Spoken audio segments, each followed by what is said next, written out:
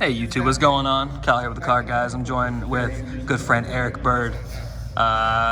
We just concluded actually our double Tales of Aria case tournament. We had a lot of really good players here, and you ended up playing a deck that you've been working on an immense amount, and you ended up finishing first after Swiss, which and you guys ended up splitting to guarantee everybody stuff, which is very noble of you guys to do.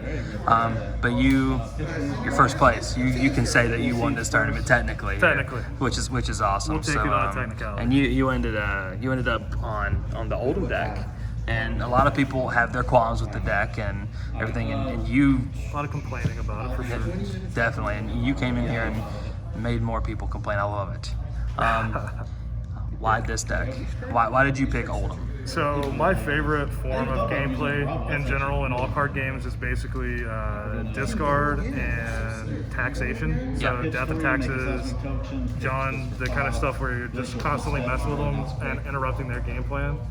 And this is all of that, kind of, in this game's version of it. So that was the first thing that attracted me to it. And then when I started playing games with it, it didn't feel as taxing as I thought it would.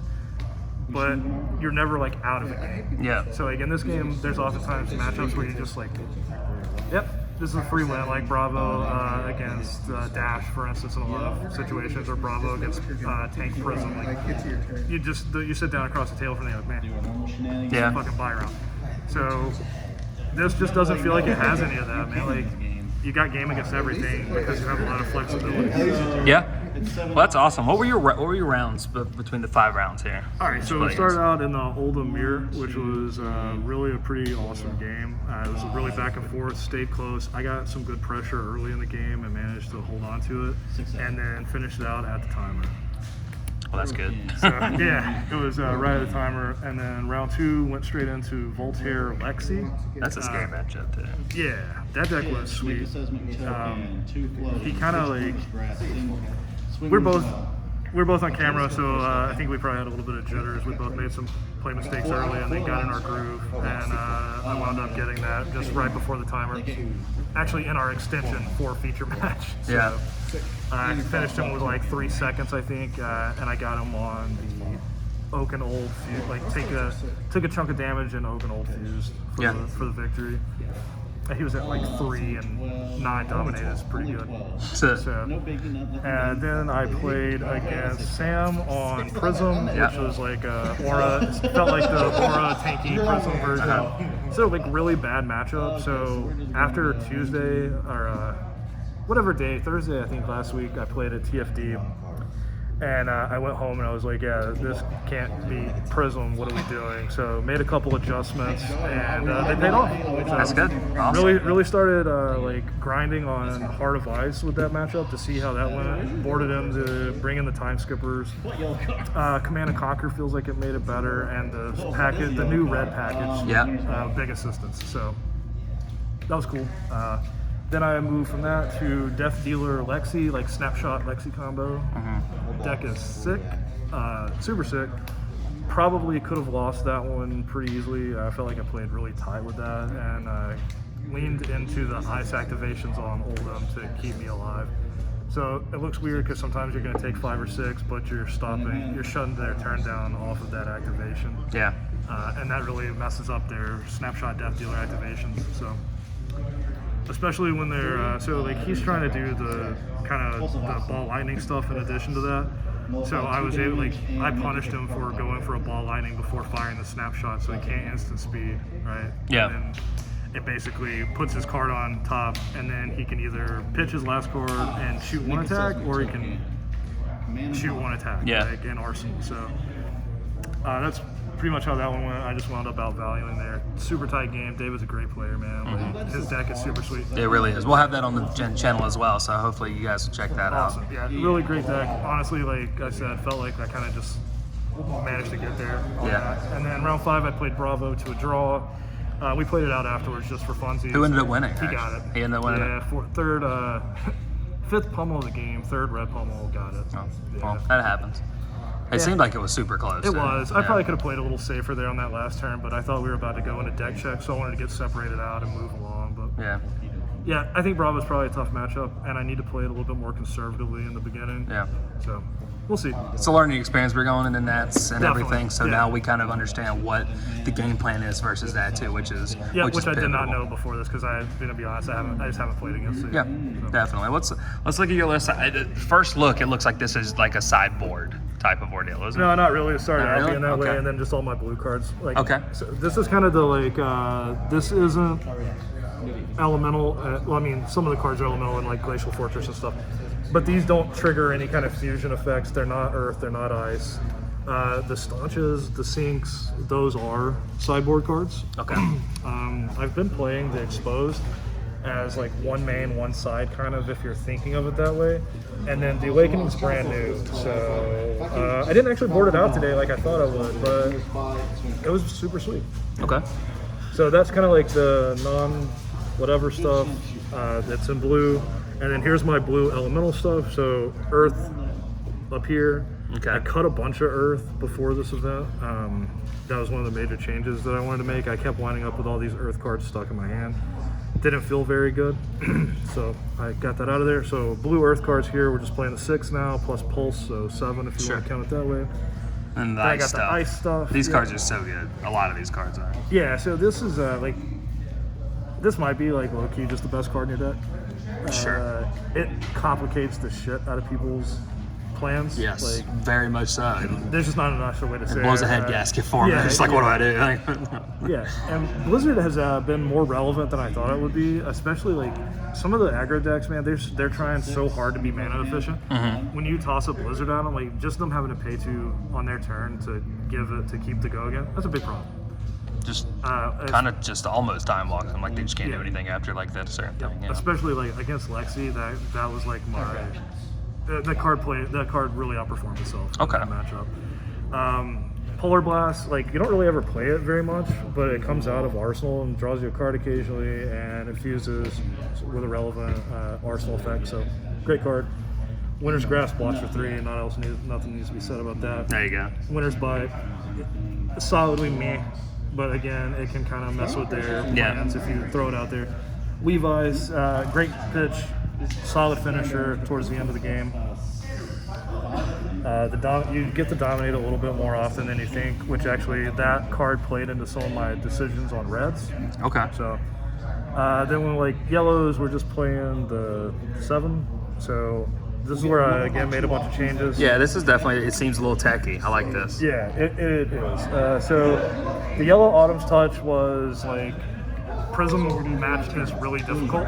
I won't say it's unwinnable because I did win today in it. But this is a 6 attack, it's yellow, and it blocks for 3. Kind of fits the bill and all. Yep, exactly. Yeah. It just kind of slots in.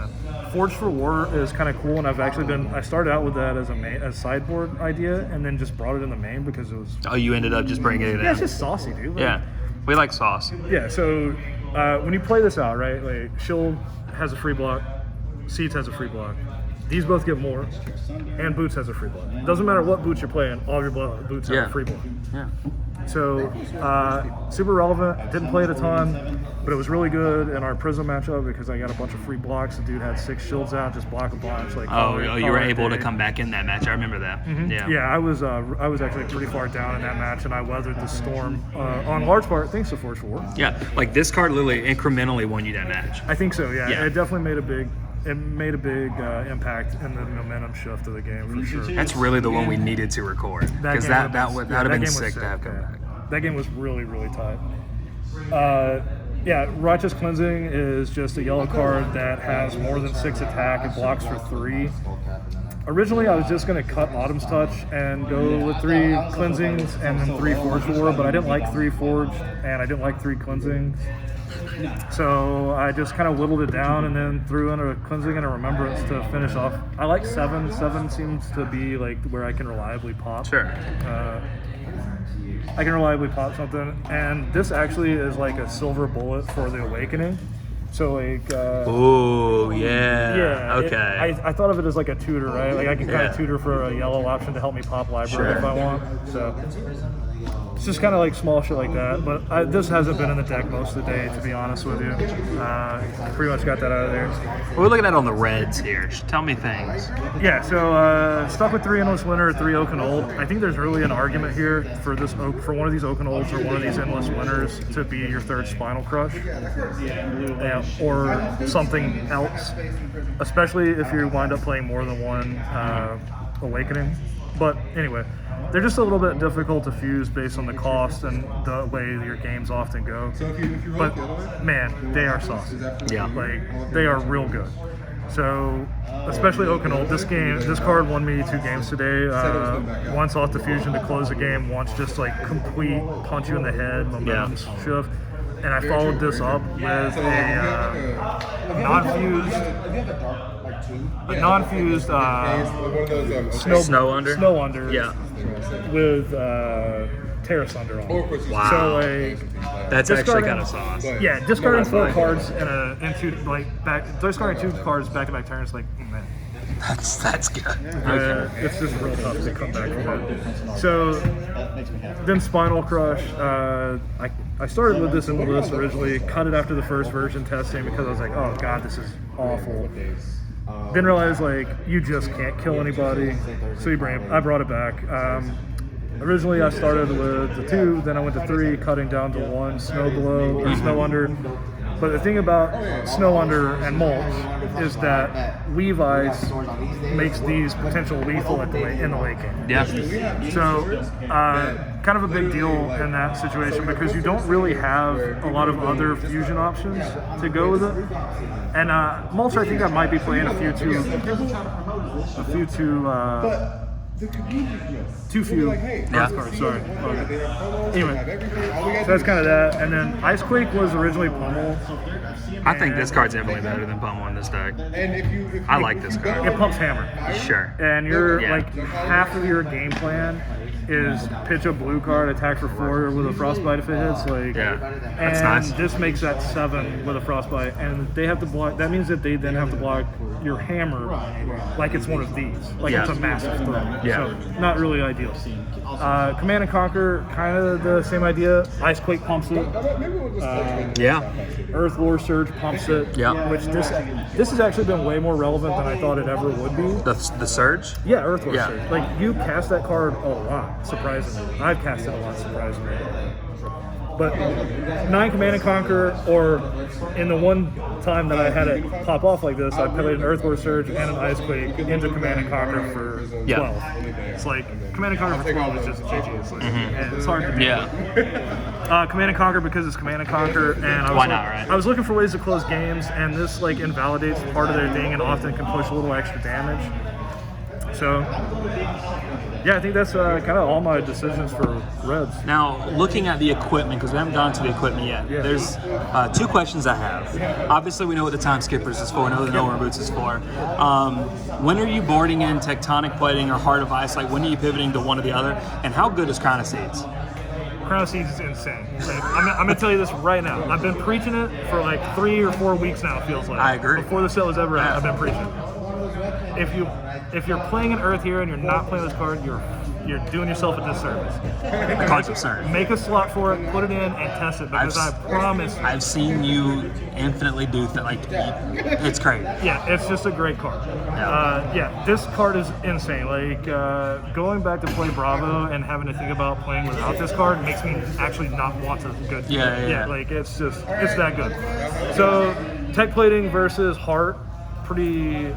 really kind of a simple solution. Like, are you facing somebody that comes at you with a lot of physical damage? If the answer is yes, it's probably Tech Plate, right? Like, or anything. It depends. So let me just talk about Heart of Ice. When you want that, you want Heart of Ice anytime it's going to be really disruptive. So like, Prism wants to play stuff on your turn. Wizard wants to play stuff on your turn. Other folks want to like disrupt your turn potentially, and this says so a lot of defensive-esque type strategies. Yeah. Would it even be good in the mirror match? Yeah. So I played against it in the mirror match. Yes. yesterday or the day before. Yeah. It was pretty good. Yeah. And I think, like, legitimately, it is probably correct to bring it in the mirror match just because it makes the Oldhim activation cost 4. Yeah, okay. But it also makes seeds you get to play around it, and that's the thing. That's why playing against it in the mirror match is not backbreaking, because when you can set up seeds as a safety net around Heart of Ice. So when they try to activate Heart of Ice, you pop seeds at instant speed. Yeah. You've still got some stuff floating. Maybe you've got something else you can do at instant speed. If you don't, that's okay. You've still got enough to pay for your shield activation through it if you want to. If you don't, you can pitch a red. You can still act. It doesn't affect Ironhide Boots, which I learned today. This is a triggered ability. Yeah. So doesn't count. Yeah. I tried it against Lexi. Haven't really liked it against Lexi, to be honest with you. They're just not doing. I thought, like, oh, they're trying to trigger bow on your turn. Like, we'll get. No, it's just not worth it. Two block and making these 4 cost attacks cheaper is just infinitely better. Awesome, dude. Yeah, but Arcane Barrier, like, if you think it's a relevant effect against them and it has Arcane, and you can make use of the Arcane Barrier, like, put it in. Like, just throw it in there. It's all good. Although I will say testing against Briar was not worth it against Briar. Okay. So, like, I would just put in no room boots for that matchup. Okay. Yeah, like, the 2-block is just... 2-block Battle Worn is just really good. So... Eric, man, fuck, dude. I'm so happy you ended up on this. Thank you. Today. I am too, man. It feels cool to... I'm not really a deck builder, so to, like, have worked on something this much and actually have, like, a workable list that performed against good players, like, feels nice. That's the thing. There was a lot of good players in this tournament. Even though we didn't have a huge turnout, like, we had a solid group of, like, people who have won RTNs and people who have constantly topped all the RTNs. That's the thing, like, looking at the people that were here versus, like, the normal grinders this area, pretty much everybody was here, right? Yeah. Like, if they're, like, most of the serious players came to it. So. Yeah. Awesome. Well, congratulations again. Thanks, man. We're super fucking happy for you. Hey, I'm super happy you guys put this event on, man. It was awesome. Stay tuned for the next one. It's going to be fucking insane. Yeah. You guys that didn't come this time, you missed out. Come next time. It's worth it. Awesome. Well, again, I can't say it enough. Congratulations. Thank Again, you. we're fucking proud of you. I appreciate that. We'll have his matchup actually from what round was it that we 2 or 3? Round 2. We'll have your round 2 match probably up this week sometime or next week, and so you'll be able to go back and look at your own mistakes. Yeah, I tipped my hand at the camera a few times so I could take a look. Hey, it's a smart idea. Yeah, I wasn't sure. I was like, I don't know if I can see it. But I was like leaning forward a little bit, like. Yeah. Awesome, man. Well, this has been Cal the Card, guys. Congrats again, Eric. We'll see you guys next time. Please be sure to leave a like, subscribe, and that's it. Have a good one, y'all. Thanks, YouTube.